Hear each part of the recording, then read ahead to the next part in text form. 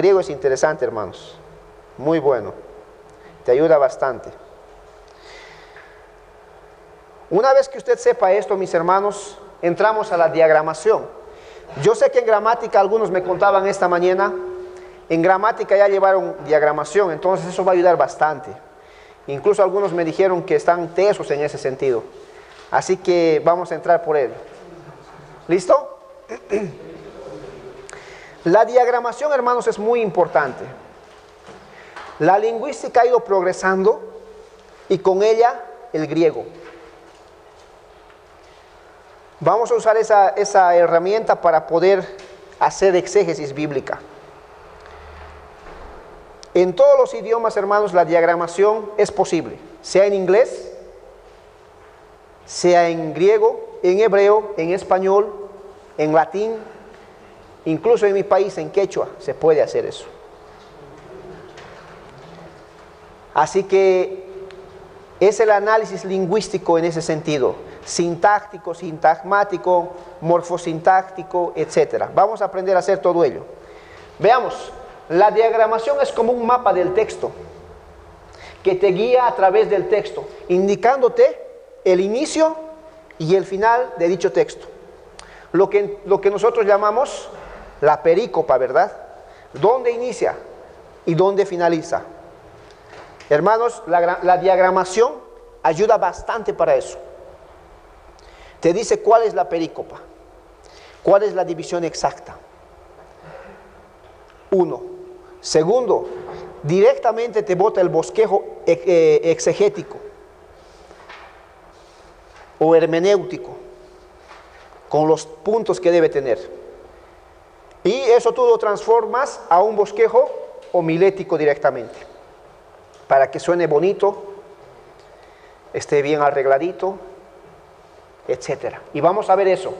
La diagramación no solamente es un obstáculo, no es un obstáculo, es para que sea útil tanto al pastor, al teólogo que esté usando esto.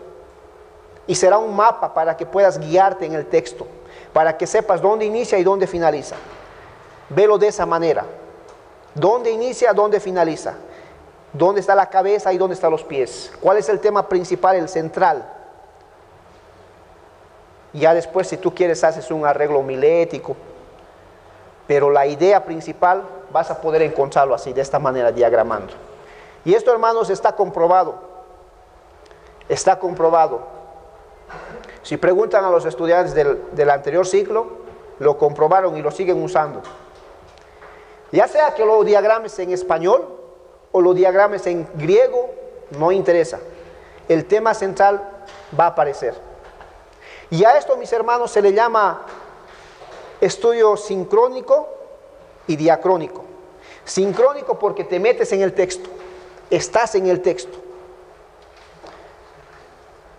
Y diacrónico porque ves del texto a toda la teología bíblica, desde Génesis hasta Apocalipsis, con ese pasaje.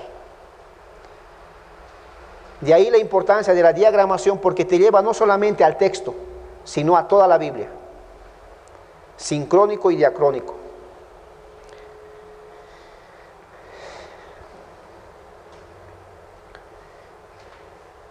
Bueno, es una frase que yo puse ahí.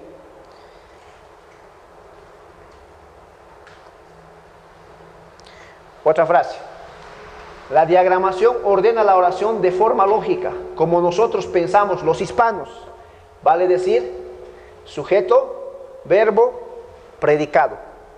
Porque, hermanos, en griego normalmente no viene así, como en español. No viene sujeto, verbo, predicado, no. En griego, dependiendo al énfasis, viene primero muchas veces el verbo, otras veces la preposición, otras veces el adjetivo, etc. Pero nosotros como hispanos debemos ordenar como nuestra mente piensa, sin dejar de lado el contexto griego, cultural. El contexto cultural es que cuando muchas veces los griegos quieren hacer un énfasis, un cierto énfasis, ponen la palabra al inicio.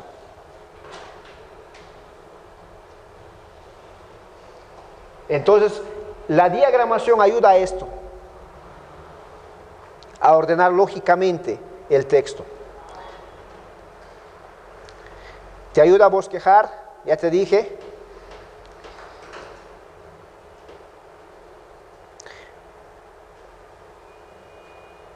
Pero además, hermano, la diagramación es una ciencia y un arte del análisis lingüístico y es una fiel amiga para la exégesis. ¿Cómo es la diagramación? Básicamente, hermanos, la diagramación viene de la siguiente manera. Uses este método que yo uso, o uses el método que uses. Por ejemplo, el que aprendieron en gramática española, o el que está en Bible Word. Cualquiera sea el método de diagramación, el resultado es el mismo. Hay varias escuelas, unos usan esta, otros usan otra, etc. Pero sea cual sea, el resultado va a ser el mismo en la exégesis. La diagramación básica va de la siguiente manera. El verbo entre estas dos líneas. La línea horizontal es la base. Primera línea. La vertical la transversal es la que sigue. Esta otra es la base. El verbo está en el medio. Sujeto, complemento directo, complemento indirecto. Esto debes memorizar y sobre esta base gira toda la diagramación. Sobre esta base gira toda la diagramación, hermano. Esa es la base. Si tú sabes esto, lo demás es lógica.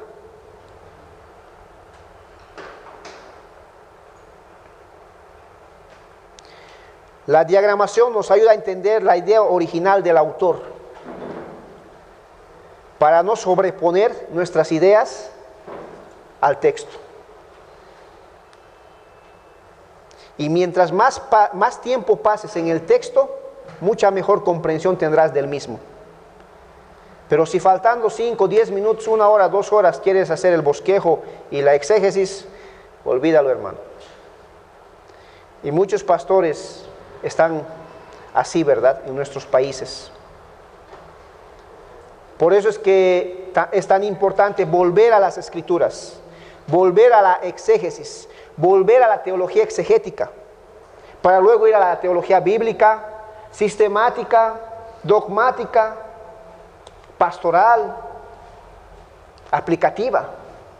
Pero muchos están directamente yendo a la teología pastoral sin pasar primero por la teología exegética, bíblica, sistemática, dogmática, y directamente van a las aplicaciones y a lo pastoral. Eso, hermanos, es una falacia. Por eso es que nuestras iglesias actuales están prescindiendo de payasos, de cantar canciones que no son bíblicas y traer al mundo a la iglesia.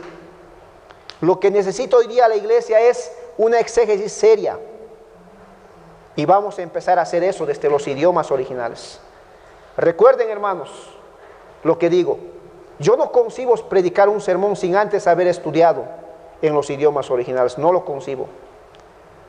No lo concibo. Para mí es algo inaudito eso. Y si hasta ahora lo has hecho, hermano, tienes la oportunidad de cambiar eso. Y donde tú vayas debes cambiar. No importa de qué país seas.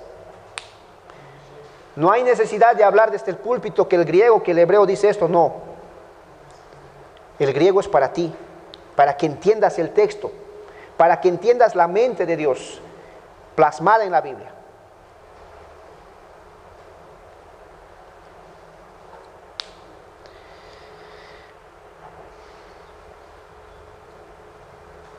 Entonces veamos un ejemplo de cómo podemos diagramar. El sujeto ya dijimos, y el verbo, ginosco, el verbo que estamos usando de ejemplo. Complemento indirecto, complemento directo. Si tú no me entiendes estos dos términos, no hay problema, lo vamos a ir viendo poco a poco. Lo que quiero que entiendas en este capítulo es que el verbo se pone acá. ¿Cómo sé que esto es un verbo? Por la desinencia. Termina en omega. Y la desinencia de los verbos presente, indicativo, activo es omega,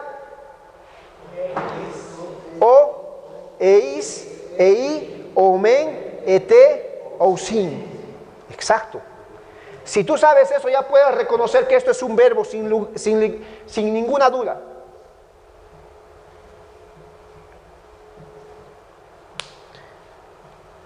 Por eso, hermanos, es importante memorizar. Y para aprender un idioma la única forma es memorizando. No hay más. Aunque ahora nos ayuda bastante los programas bíblicos como Eastword, Logos, Bible Art, Bible Ort, Libronix. Pero mi hermano, si tú quieres un día dedicarte a la exégesis, tienes que memorizarlo. Como Lutero. Imagínense, en el tiempo de Lutero no había Bible Art, Logos, nada de eso. Pero él tradujo, dicen los historiadores, aproximadamente en 6 meses todo el Nuevo Testamento, del griego al alemán. 6 meses, hermanos, aproximadamente. Cuando yo te doy un texto que vamos a hacer la práctica, ¿en cuánto tiempo vas a traducir eso? O sea, Lutero no buscaba esto que es un verbo, a ver, voy a buscar las tablitas.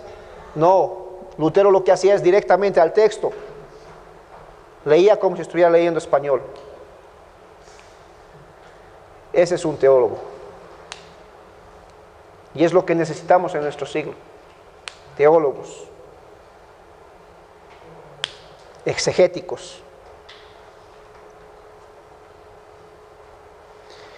Para terminar ya este capítulo, vayamos al vocabulario.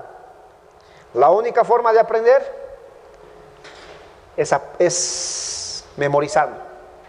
Ginosco, conocer. Ya vimos, ginosco, conocer, es un verbo, sabemos por la desinencia. La primera connotación es conocer, saber, entender, comprender, reconocer.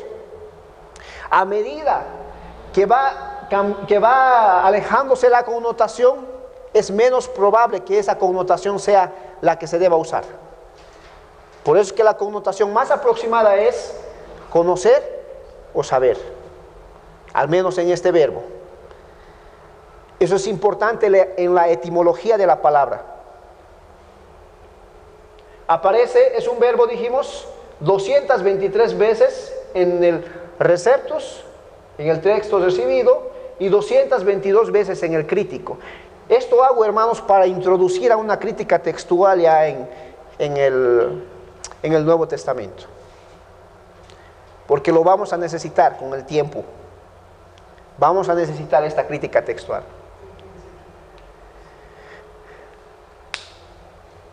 Segunda palabra, pisteo.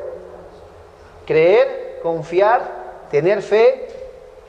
Es un verbo que aparece 248 veces y en el crítico 241 veces. Se ve que es una menor cantidad de veces, ¿verdad? En el crítico. Eso tiene una razón de ser. Tercero, acuo. Oír, escuchar. Es un verbo que aparece 437 veces y 428 en el crítico. Esas palabras, hermanos, deben memorizar. Deben estar en su mente. Pero vayamos unas cuantas más.